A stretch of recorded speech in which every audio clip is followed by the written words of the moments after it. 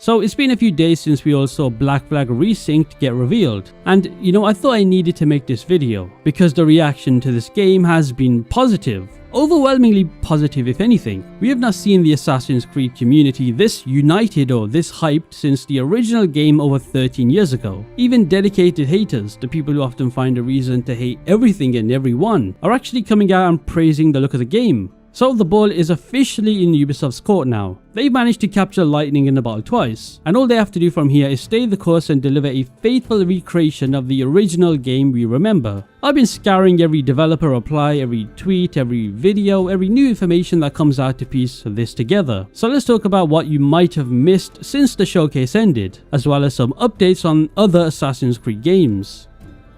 The first thing we have to talk about is the sheer scale of the hype for the remake, and the best way to track that is through the PlayStation Store charts. Usually with modern Ubisoft games, you see a decent climb. I remember when Shadow's pre-orders first went live, and for the PlayStation Store, I'd say the game for more than half of the regions was sitting at number 1 or number 2 for like a week, maybe. But Black Flag Resynced is doing numbers we have not seen in a decade. Right now, the deluxe edition, so the more expensive version mind you, that secured the number 1 spot in virtually every country across the globe. The only notable exception is Japan, which is sitting at number 4 as of me making this video. To be honest, that's to be expected. Japan and Assassin's Creed have never really had a strong connection. Even Shadow struggled there, which is crazy when you consider the game is literally set in Japan. Seeing Resynced hit number 1 in nearly 30 different countries simultaneously is a massive statement. In my opinion, it just proves that the pyro fantasy fused with the more classic Assassin's Creed formula is still the gold standard. It's a loud and clear message to Ubisoft. The overwhelming consensus is that,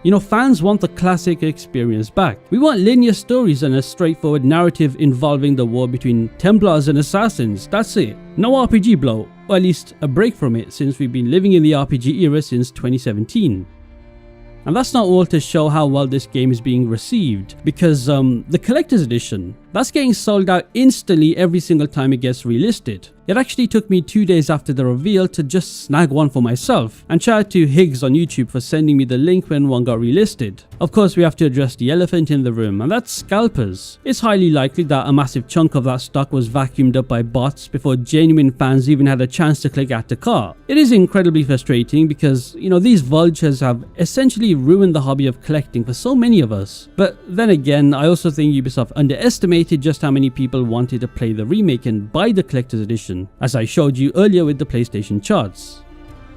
Now let's talk about some good exclusive stuff that we only found out about after the reveal. So you know how in the showcase it was said that Darby McDevitt was returning to write a new Caroline scene, and that's all we knew. However, Darby recently hopped into a Discord server to give us an update. He's actually writing 2 new scenes, not just one. On top of that, he's amended a scene from the original main story, one he describes as a top 5 favorite in the entire game. To be honest, if Darby's happy with the changes, and he considers one of these new scenes to be top tier material, then who are we to argue? My faith in this franchise is always at its highest when Darby McDevitt is involved. He just understands the DNA of the franchise better than anyone. Knowing he's personally hands-on and refining the narrative is easily one of the biggest green flags we've had so far.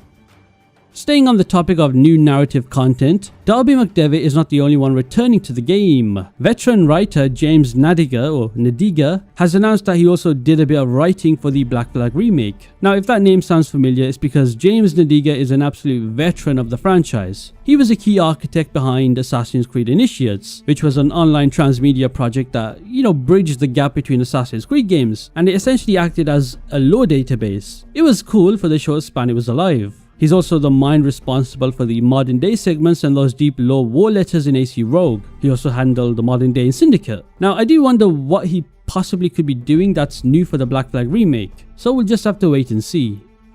Now I want to dive into a bit of a theory. During that 30-minute reveal presentation, we saw some scenes of Matt Ryan back in his motion capture suit performing brand new scenes. This was fascinating because it really got me thinking, what exactly are these new moments covering? In one specific shot we see Matt Ryan sitting at a table, presumably in a tavern, talking to somebody holding a mug of ale. He looks tense, almost like he's threatening the guy with his hand on his pistols. Since this is clearly new footage using the current Matt Ryan, it is safe to say that we're getting expanded story content. A user in my Discord server named Mafia RTX did some digging to see if this matched anything from the Black Flag novelization, and they found a very interesting parallel. Now, of course, this is just a theory. In the book, there's a kind of tense scene where Edward confronts Emmett Scott, who is Caroline's father, over a few drinks. Emmett basically tries to bribe Edward to leave his daughter, and the tension in that passage perfectly matches the aesthetic of the mocap shot that we saw. It also matches the fact that we know we are getting a new Caroline scene written by Darby, so this could tie into it. It also ties into the fact that on the official Assassin's Creed website, it mentions that you'll relive Edward's journey starting from his time as a privateer, so we could see Edward's younger years. And once again, Mafia RTX has posted about this on Reddit, which suggests that there is a slight chance that we could maybe get an extended prologue set around 1712, letting us play through his life before he turned to piracy. This also, perfectly aligns with Tom Henderson's recent report that we're getting more on Kenway's background, alongside roughly 6 hours of additional content featuring new chapters for Blackbeard and Stede Bonnet. Now, if these rumors hold up, we are looking at a much more definitive and, emotional version of Edward's origin story. Now, of course, again, this is just a theory and could totally be off base, but the idea of Ubisoft pulling from the novel to flesh out Edward's backstory and his relationship with Caroline is quite interesting. Another narrative addition I missed in my previous video, but I definitely need to cover here, is the rifts. I originally had my own theory on these, in that we'd maybe see the memories of Edward Kenway through them, but now we have actual confirmation on what they are. It turns out the rifts in Resynced will replace the traditional modern day segments, but they're gonna serve as what-if scenarios for Edward Kenway. And yes, you did hear that right. Alternate timeline content. It reminds me of the Tyranny of King Washington DLC from Assassin's Creed 3. Now, one example being tossed around from Ubisoft themselves is a scenario where Edward joins the Templars instead of the Assassins. Since these are non-canon hypotheticals, it's a total departure from the usual lore. I do also need to clear up some major misinformation that you may have seen, despite what you might have heard from videos made by Luke Stevens and Joe Raptor, where they said Darby McDevitt is writing these. That's not true. Darby McDevitt is not writing these. He's publicly stated that he wasn't involved in the rifts at all. So I'm not entirely sure where they got that information from. I guess they must have, maybe misheard somebody, I don't know. It's an interesting concept though. I'm curious to see how the Animus justifies simulating what-if history. I guess we're just gonna have to wait and see how they pull it off. Another detail I missed in my original video, but it really stands out now, is a specific gameplay shot of Edward's jump. In the original game, Edward could pull off a perfect leap of faith right from the jump, but in Resynced, he actually looks clumsy, like he isn't quite sure how to land it yet. To be fair, I do actually prefer this new version. It fits his character much better. While Edward Kenway is naturally athletic from years of climbing shipwrigging, it never made sense that he'd know the technical assassin way to dive into a haystack before he even met any assassin. I've always found it a bit immersion breaking when characters perform these types of moves without any training. This change suggests that maybe we'll see a dedicated scene where Edward is taught the leap of faith, similar to how Eivor learned it in Valhalla, which I thought was quite cool. Now let's get into some new details. The collector's edition has given us a look at the physical cloth map, and the high quality image of it shows that it's an incredibly faithful recreation of the Caribbean we know, but what's really cool is a subtle change to the layout. If you remember the original Black Flag, there were 3 locations: Black Island, Mystery Island and Sacrifice Island. These were locked behind the Illustrious Pirates DLC. However, in Black Flag Resynced, these locations appear to be integrated directly into the base game map from the start. There is definitely a great quality of life change that makes the world feel more complete right out of the gate, instead of, having those islands feel like isolated add-ons. Oh, and there's also a photo mode that's confirmed to be in the game, so if you did worry about that, now you know.